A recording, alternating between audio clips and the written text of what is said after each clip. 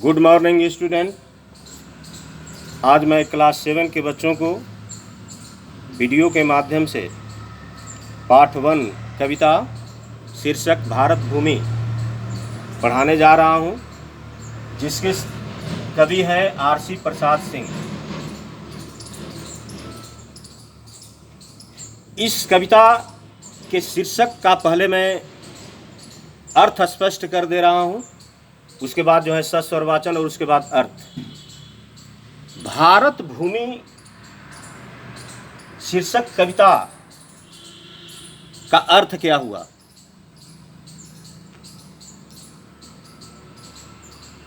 भारत भूमि, जैसा कि संस्कृत में कहा गया है कि जननी जन्मभूमिश्च स्वर्गादपि गरीयसी, अपनी जन्म देने वाली माता और जन्मभूमि स्वर्ग से भी बढ़कर होते हैं।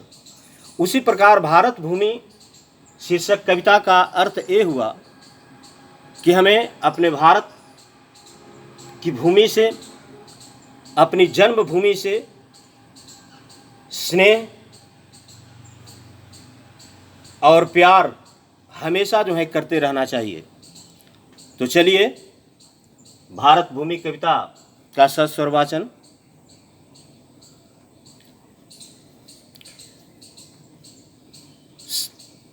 सारे जग को पथ दिखलाने वाला जो ध्रुव तारा है, भारत भू ने जन्म दिया है, यह सौभाग्य हमारा है।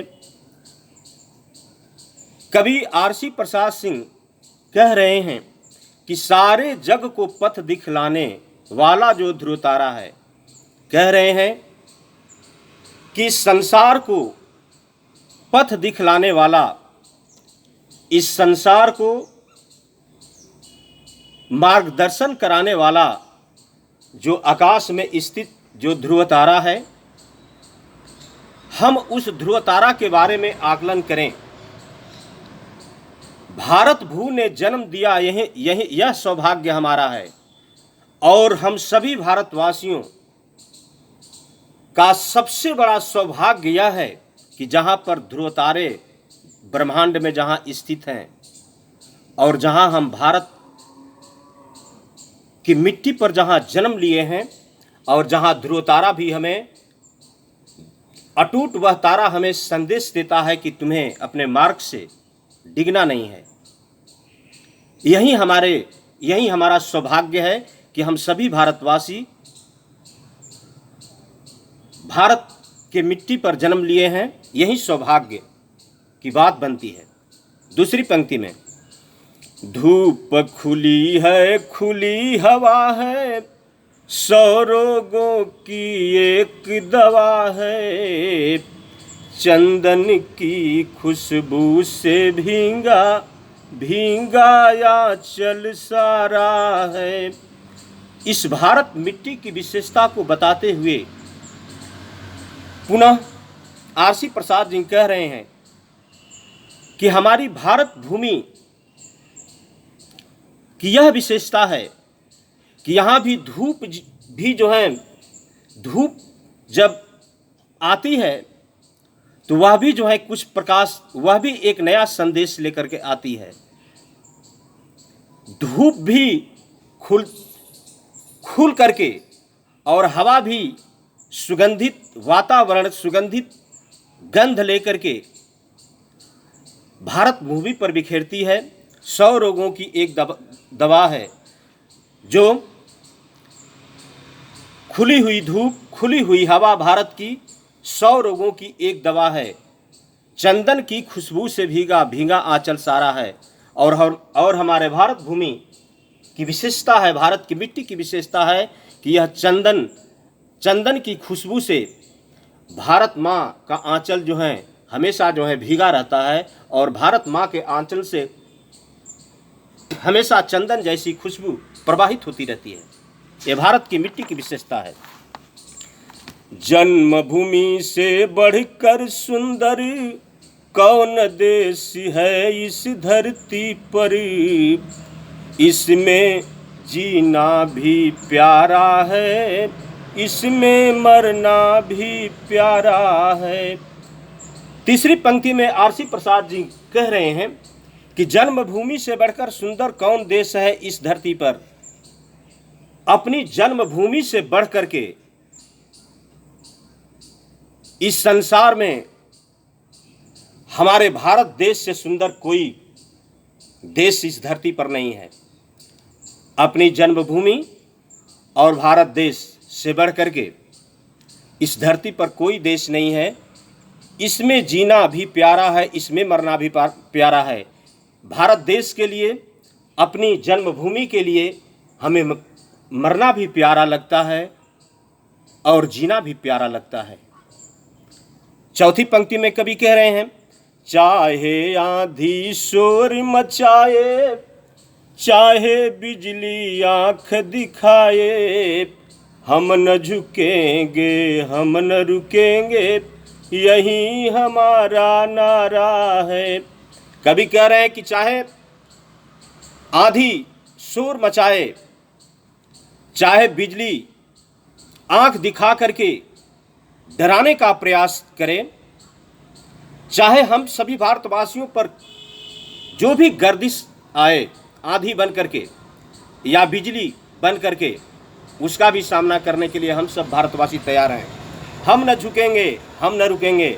हम सभी भारतवासी जब अपने कदम को बढ़ाते हैं तो कभी झुकते नहीं हैं और कभी रुकते नहीं हैं, और यही हम सब भारतवासियों का नारा है। पांचवी पंक्ति में कवि कह रहे हैं, पर्वत पर्वत पांव बढ़ाता, सागर की लहरों पर गाता, आसमान में राह बनाता, चलता मन बंजारा है। कवि हम सभी भारतवासियों को संबोधित करते हुए कह रहे हैं, उमंग भरते हुए कह रहे हैं, पर्वत पर्वत पांव बढ़ाता, सागर की लहरों पर गाता। भारत देश की संस्कृति, भारत देश के लोग इतने कर्मठशील हैं कि वह अपने कर्मठशीलता को पर्वत पर भी जो है अपने पांव को बढ़ा करके दिखा देते हैं। सागर की लहरों पर गाता है। और भारत यही नहीं, भारत की गुणगान सागर की लहरें भी जो है करता है, क्योंकि यहाँ पर जो है लोग उस पर्वत से भी जो है टकराना जानते हैं और उसे संघर्ष करके जो है अपने मुकाम को हासिल करना जानते हैं। आसमान में राह बनाता, चलता मन बंजारा है। और हम सभी भारतवासी आसमान में भी जो है राह बना लेते हैं, और बंजारे की भांति, बंजारा मतलब जिसका ठहरने का कोई निश्चित स्थान नहीं होता हो।